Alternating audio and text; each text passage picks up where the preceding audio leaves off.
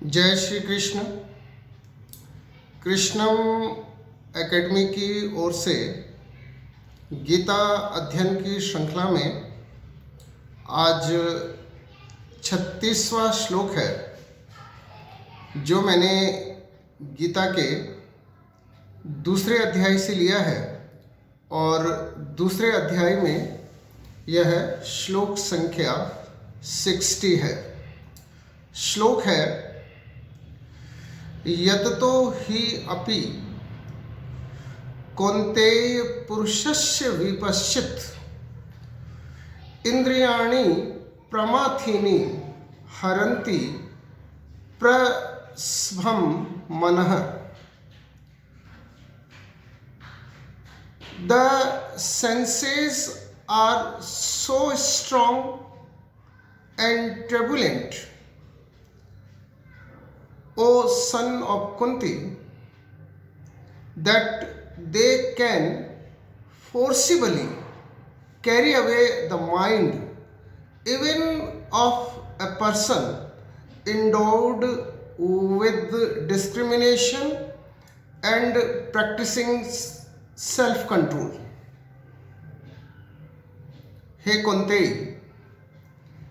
इंद्रियों से उत्पन्न आवेग इतना ताकतवर और तूफानी होता है कि वह विवेकवान और संयमी व्यक्ति के मन को भी अध्यात्म के पथ से भटकाकर इंद्रिय सुख की ओर जाने के लिए विवश कर देता है। श्लोक संख्या 59 में भगवान ने हमें बताया था कि संयम की सीमा टूट सकती है।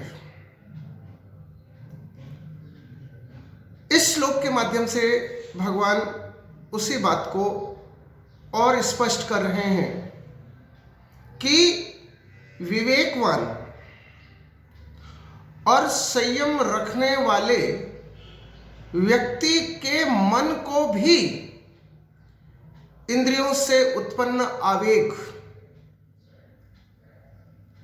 भटका देता है, उसे ईश्वरीय मार्ग से हटाकर सांसारिक सुख प्राप्त करने के लिए, इंद्रियों से प्राप्त होने वाले सुख को पाने के लिए विवश कर सकता है। श्री कृष्ण हमें सतर्क करना चाहते हैं और ये बताना चाहते हैं कि हमारे शरीर में जो इंद्रियां हैं और उन इंद्रियों से जो आवेग उत्पन्न होता है, वह आवेग किस तरह से हमारे जीवन लक्ष्य से हमें भटका सकता है। मानव इतिहास उठा करके देख लीजिए,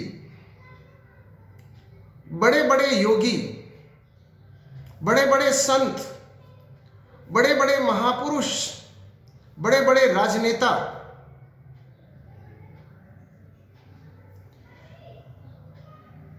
असफल हो गए हैं अध्यात्म के पथ पर।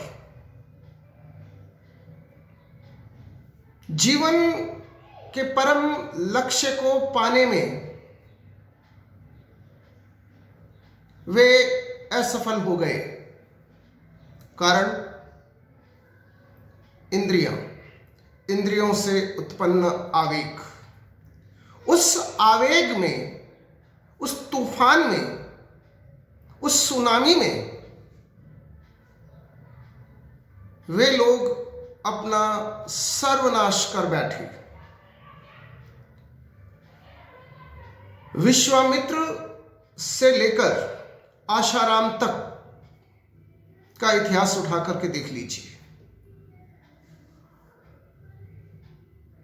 कोई मेनका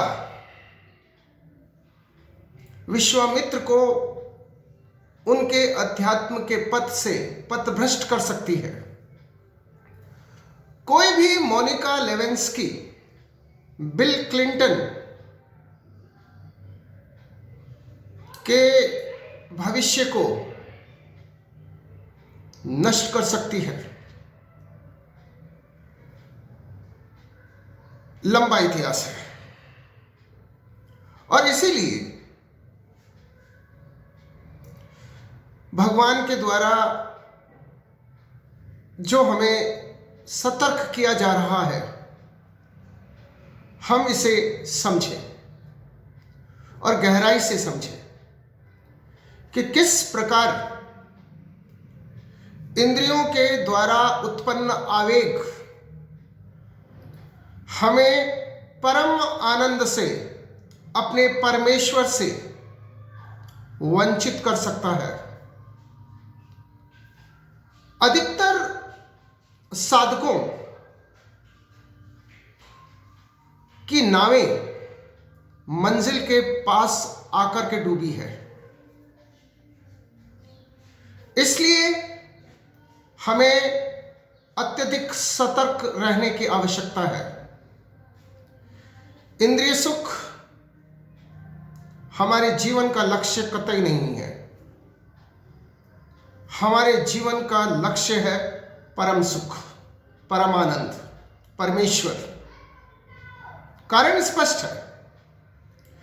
इंद्रिय सुख, जैसा कि मैं कहता हूं कि उसकी सबसे बड़ी विशेषता उसकी असंतृप्तता है,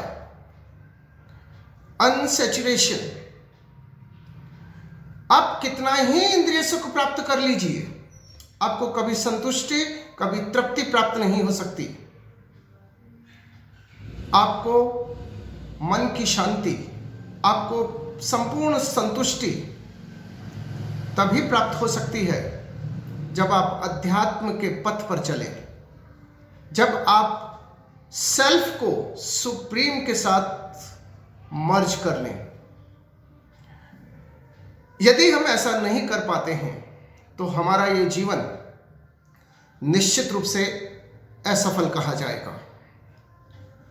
हमें इस महान मानव जीवन के माध्यम से अपने जीवन के परम लक्ष्य अर्थात परम आनंद को पाना है। इंद्रियों से प्राप्त होने वाला मजा फाइनली सजा में कन्वर्ट होता है। इसलिए हमें इस यातना से, इस परेशानी से और इस पीड़ा से स्वयं को मुक्त करना है और परम आनंद की ओर जाना है। और परम आनंद के मार्ग में, जैसा कि भगवान बता रहे हैं, सबसे बड़ा रोड़ा है इंद्रियों द्वारा उत्पन्न होने वाला आवेग। हम इस सत्य को समझें और स्वयं को इस तूफान में, इस सुनामी में बहने से, नष्ट होने से रोकें। जय श्री कृष्ण।